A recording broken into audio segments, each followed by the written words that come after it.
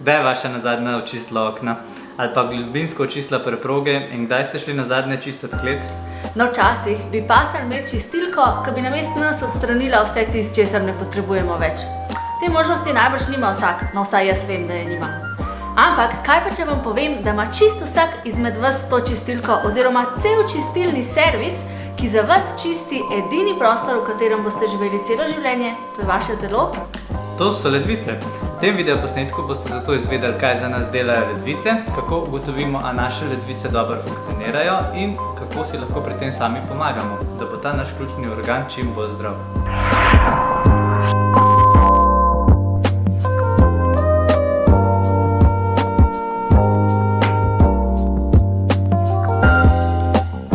Živijo in dobrodošli nazaj na kanalu.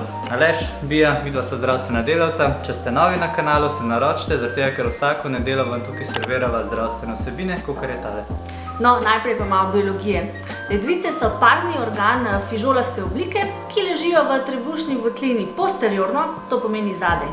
In sicer vsaka na svoji strani hrbtenice. Kakor imajo ženski dve dojke, ali pa imamo mi moški dva jajca, tudi ledvici nimata popolnoma enakomerne lege.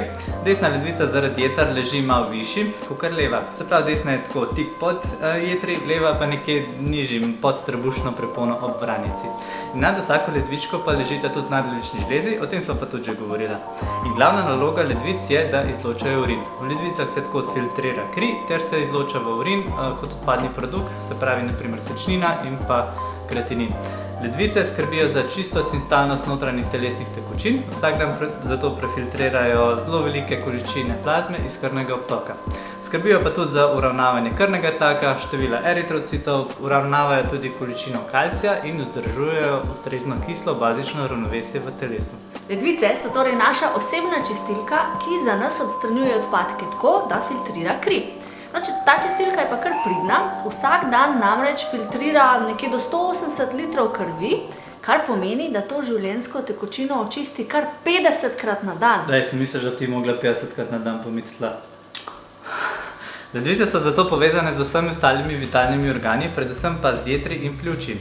No, mi sicer prakticiramo zahodno medicino, ampak mogoče kot zanimivost. Za kitajsko medicino so ledvice najpomembnejši organ, saj skladiščijo našo življenjsko energijo. So vrata življenja, ki dajo energijo celi vrsti drugih sistemov v telesu. Recimo žlezam z notranjim izločanjem, ušesom, kostem, zobem in pa tudi reproduktivnim organom. Pa tudi tole naše področje, s katerim kar naprej težimo, se pravi hormonsko neravnovesje, depresija, stres, anksioznost, težave s ščitnico, neplodnost. To so vse bolezni, ki so po tradicionalni kitajski medicini povezani z energijskim deficitom ledvic. No, kako pa lahko v laboratoriju preverimo, a je naša čistilka sposobna to delati? Predvsem ste lahko najprej sami pozorni na znake slabšega delovanja ledvic, kot so recimo bolečine v spodnjem delu trebuha, hrbta, boleče uriniranje, pogostejša potreba po uriniranju, pa tudi peneč urin, potečene noge v gležnjih in tako naprej. In če boste te znake zaupali zdravniku, vas bo ta napotil v laboratorij na pregled sečnine in kreatinina v krvi in pa na beljakovine v urinu.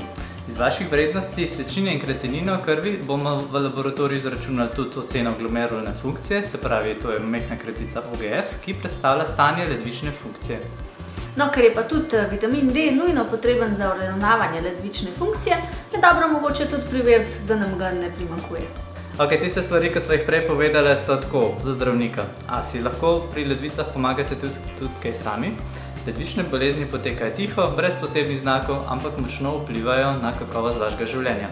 Obstaja nekaj preprostih napotkov, kako lahko zmanjšate tveganje za nastanek ledvičnih bolezni. Bodite telesno dejavni. Ti se mi zdi pa, da vedno svetujeva telovadbo. No, ampak drži pa, da redna telesna vadba pomaga uravnavati krvni tlak, pomaga tudi vzdrževati primerno telesno težo, posledično pa tudi zmanjša tveganje za nastanek kronične ledvične bolezni. Ja, saj, če ne pa teživa s telovadbo, ti uživa pa s hrano. Drugi nasvet je namreč, da jeste zdravo in skrbite za primerno telesno težo. To lahko pomaga pri preprečevanju sladkorne bolezni, povišanega krvnega tlaka, bolezni srca in ožilja, drugih bolezni, ki so povezane s kronično ledvično boleznijo. Delovanje ledvic pa pomagajo tudi brusnice, brušnični sok, ohrovt, gobe, beljaki, cvetača in pa jabolka. Naslednji nasvet je, da zmanjšate vnos soli. Sol je sicer zdrava in jo tudi nujno potrebujemo, predvsem tudi v povezavi z jodom in pa delovanjem ščitnice. Ampak na dan lahko zaužijete skupno največ nekje 5 do 6 gramov soli, to je količina, ki je enaka eni poravnani čajni žlički. No, problem pa je v tem, da povprečni Slovenec zaužije vsaj dvakrat tolikšno količino soli. Mogoče se vam ne zdi, da toliko solite, ko si hrano pripravljate sami, ampak problem je, da večino soli zaužijete z že pripravljenimi živili. Nekje 1/3 jo zaužijemo s kruhom, skoraj 1/3 tudi z mesnimi izdelki in pa približno še 10% z mlekom in pa mlečnimi izdelki. Za primer, 1 kilogram kupljenega kruha lahko vsebuje kar 13 gramov soli. No, da bi zmanjšali vnos soli, lahko omejite količino kruha, ki jo pojeste, in pa pojeste manj predelane hrane, vnaprej industrijsko pripravljene hrane. Vnos soli pa boste mogoče lažje nadzorovali, tudi če si hrano pripravljate sami, uporabljate sveže sestavine in pa mogoče le rahlo solite. Popijte tudi dovolj tekočine. Čeprav se klinične raziskave niso enotne o tem, kolikšna naj bo idealna dnevna količina popite vode in drugih tekočin, zdravniki zdravim ljudem svetujejo od 1,5 litra do 2 litrov tekočine na dan. Dovolj tekočine pomaga ledvicam, da iz telesa odločijo odvečno soli, se pravi natrij, in pa odpadne snovi. Tako lahko zmanjšamo tveganje za slabše delovanje ledvic.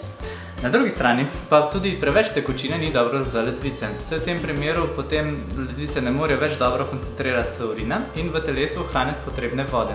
Pitje tekočine je omejeno tudi pri bolnikih, ki imajo težave s srcem, jetrih ali pri tistih z že napredovano kronično ledvično boleznijo. Saj v obeh primerih ledvice ne morejo izločiti dovolj vode in lahko potem to povzroči otekanje in pa težave z dihanjem. Večji vnos tekočine, približno 3 litre na dan, pa zdravniki svetujejo ljudem, ki imajo ledvične kamne, pa so sicer zdravi, zato da zmanjšajo tveganje za tvorbo novih kamnov.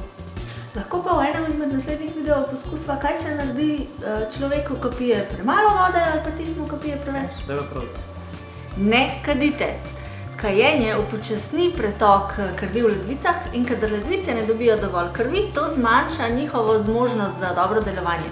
No, kajenje pa tudi povzroča večje tveganje za raka na ledvicah. Redno pa nadzorujte tudi raven sladkorja v krvi. Pri približno polovici ljudi z sladkorno boleznijo ta okvari ledvice. Zato je pomembno, da bolniki s to boleznijo redno opravljajo preiskave urina in krvi za preverjanje delovanja ledvic. Prvi znak poškodbe ledvic je povečanje količine beljakovin v seču, ob tem je ledvično delovanje običajno še normalno. Poškodbe ledvic zaradi sladkorne bolezni lahko tako preprečimo in omilimo, če so te odkrite dovolj zgodaj. Zelo je pomembno, da preprečite okvaro ledvic s tem, da ohranite nadzor nad ravnjo krvnega sladkorja in pa z zdravim življenjskim slogom ali z zdravili, kadar je to potrebno. Redno si merite krvni tlak. Večina ljudi ve, da lahko povišan krvni tlak vodi do možganske kapi oziroma srčnega infarkta, no le redki pa vedo, da povišan krvni tlak je tudi med glavnimi vzroki za okvaro ledvic. Normalen oziroma optimalni krvni tlak je nekje do 120/80 mm živega srebra. Če je vaš tlak višji, bo najbrž treba spremeniti življenjski slog in pa prehranjevalne navade. Dolgotrajno zvišan krvni tlak namreč lahko okvari delovanje ledvic, še posebno v kombinaciji z sladkorno boleznijo, zvišanim holesterolom v krvi in pa preveliko telesno težo. Ne uživajte redno protibolečinskih zdravil.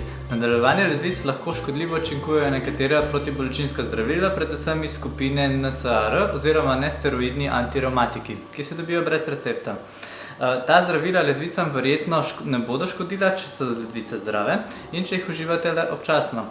Če pa trpite za kroničnimi bolečinami in ste starejši ali imate, bolno srce, jetra ali pa ledvice, se z zdravnikom pogovorite, katera protibolečinska zdravila bi uživali, da s tem ne bi ogrozili delovanje svojih ledvic. Tako, z upoštevanjem teh navodil si lahko sami pomagamo pri zdravju ledvic, no vseeno pa je smiselno vsake toliko časa tudi v laboratoriju preveriti ledvično funkcijo. Še posebej, če imate prekomerno telesno težo, sladkorno bolezen, zvišan krvni tlak oziroma arterijsko hipertenzijo, kakšno bolezen srca in ožilja ali pa tudi starše oziroma svojce s kronično ledvično boleznijo.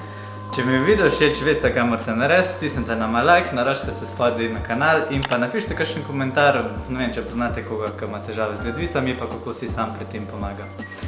Mi da se zdaj vračamo v laboratorij. Se vidimo naslednjič. Vi pa še naprej skrbite za svoje zdravje. Čau! To je za najne ruske. Kar zviš. Ja, viš, ti greš tudi na rusk. Ok.